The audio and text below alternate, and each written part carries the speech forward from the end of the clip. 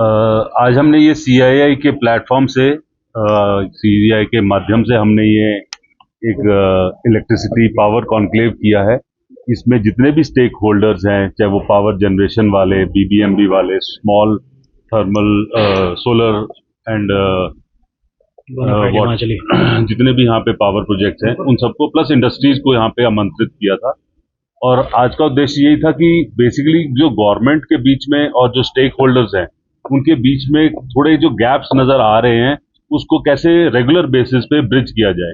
Because जब तक हमारे यहाँ पे जो उद्योग है और जो पावर जनरेशन स्टेक होल्डर्स हैं उनका समाधान नहीं होगा, तब तक ना तो नई इंडस्ट्री आएगी और ना ही कोई नया इन्वेस्टमेंट आएगा।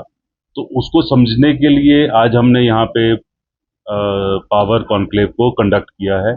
यहाँ पे थोड़ी सी जो इंडस्ट्री को प्रॉब्लम आई है वो थोड़ा सा बिजली का रेट एकदम से काफ़ी ज़्यादा बढ़ गया है लास्ट एक साल के अंदर, जिसकी वजह से इंडस्ट्री को काफ़ी खतरा हुआ है और वो आसपास के जो नेबरिंग स्टेट्स हैं उनके साथ कंपेयर करने के लिए आज दोपहर को 2 बजे एक बार मीटिंग रखी गई है। देखिए, ऐसा है कि जो इंडस्ट्रीज हिमाचल में आई हैं, यहाँ पे मेन इंटरेस्ट ही बिजली के रेट का, लैंड का और बाकी सुविधाओं का था। लेकिन उसके अलावा भाई रॉ मटेरियल जो है वो भी बाहर से आना, फिनिश गुड भी बाहर जाना।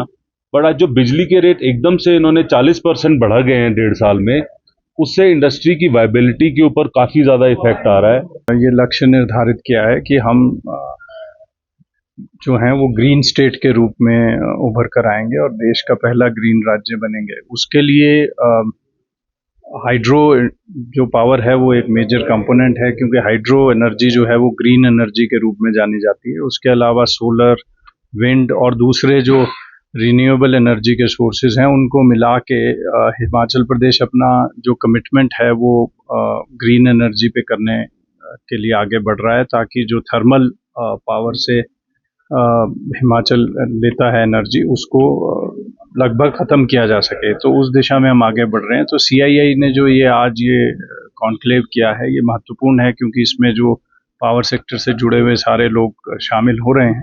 तो मुझे उम्मीद है कि इसमें जो चर्चा होगी उसमें जो पॉलिसी को लेके कुछ बातें आएंगी, उस पर सरकार विचार करेगी और हम दोनों साथ मिलकर इंडस्ट्री और सरकार आगे बढ़ेगी और अपने लक्ष्य को हासिल करेगी।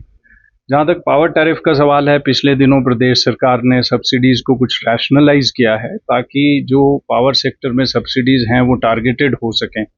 जो एक यूनिवर्सल कोई डिस्काउंट है वो ना मिले। तो बहुत सी इंडस्ट्री अभी भी ऐसी है जिसको कम रेट के ऊपर बिजली मिल रही है, लेकिन बहुत सी इंडस्ट्री ऐसी है जिसको हम रेड इंडस्ट्री की कैटेगरी में गिनते हैं, उनके लिए थोड़ी सब्सिडी का कंपोनेंट कम किया गया है।